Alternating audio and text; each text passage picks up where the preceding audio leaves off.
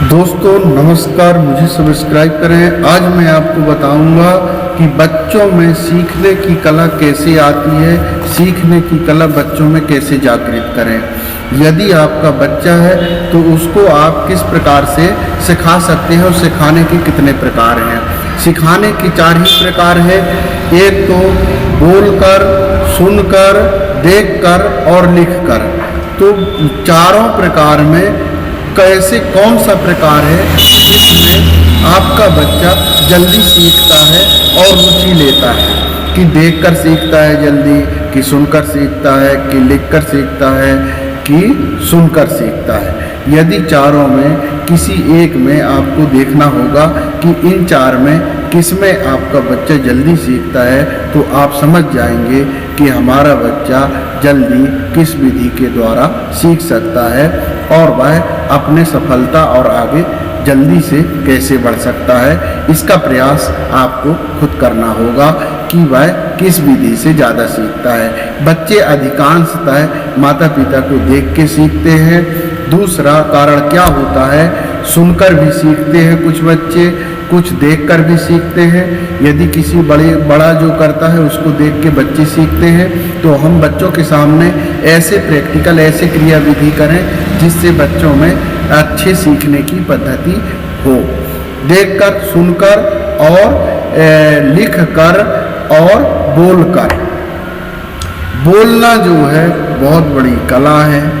यदि आप जैसा बोलेंगे बच्चे में उसका असर 100% होता है। इसलिए हम ऐसे शब्दों का घर में उपयोग करें जो शब्द जीवन में अनौपचारिकता को उत्पन्न ना करें, गलत ना हो, उनकी संगत गलत ना हो।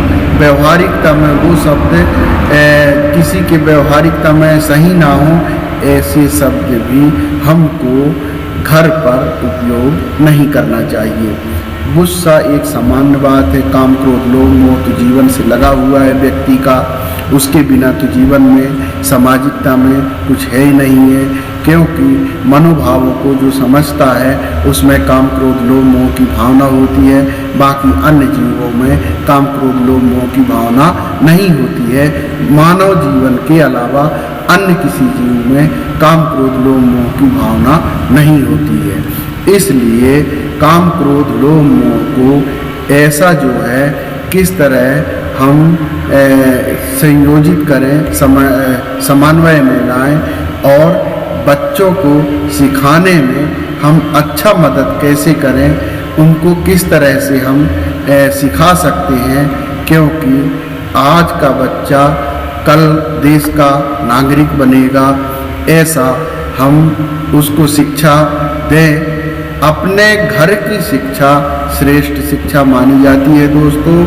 और हम ये ना सोचें, माता पिता का भी ये ना सोचें कि हम जो कर रहे हैं वो हमारा बच्चा नहीं करेगा। यदि बच्चा देख रहा है तो निश्चित रूप से आज नहीं तो कल करेगा, 100% करेगा। और कुछ को अनुभव हो गया जो मेरे वीडियो देख रहे हैं, तो उनको भी मालूम होगा कि हम जो करते थे वही हमारा बच्चा कर रहा है। तो मैं गलत बोल रहा हूँ या सही, इसका भी आपको समझ में आ गया होगा।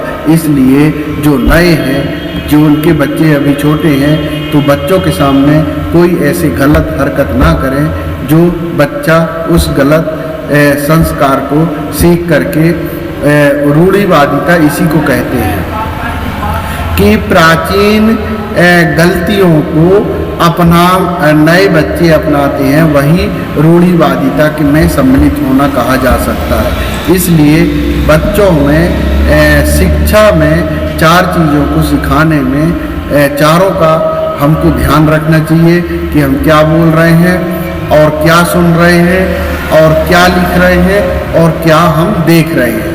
अधिकांश ये होता है कि आप पिक्चर देखने जाते हैं तो बच्चा छोटा है, लेकिन उसके भी दिमाग में कुछ न कुछ आता है कि मैं क्या देख रहा हूँ और इसका परिणाम क्या है। जब बच्चा बोलने लगता है तो कुछ समझने भी लगता है। स्पर्श, रूप, रस, गंध, ये जो है 3 माह से ऊपर के बच्चे सब समझने लगते हैं। इसलिए बच्चों के सामने, यदि 6 माह से ऊपर का बच्चा है तो भी उसके सामने हमें पूर्ण रूप से सावधानी हो करके अपने कार्यों को करना चाहिए। हो सकता है तो कुछ ऐसे कार्य हैं जो कि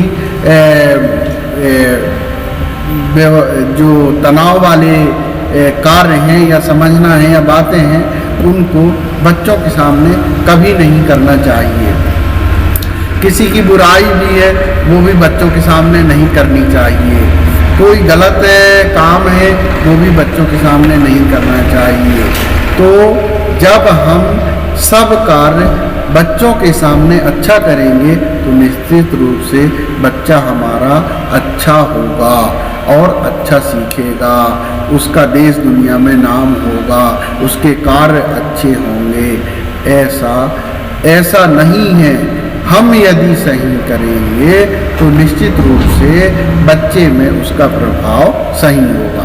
तो दोस्तों, मेरे लिए यही था जो मैं आपको बताया, और यदि आप इसको ध्यान से 1 बार 2 बार 3 बार देख करके सुन करके यदि आप इसको ध्यान में रखते हैं तो निश्चित रूप से आपका बच्चा जो है वह हर क्षेत्र में आगे बढ़ेगा, निश्चित रूप से बढ़ेगा। थैंक यू, नमस्ते।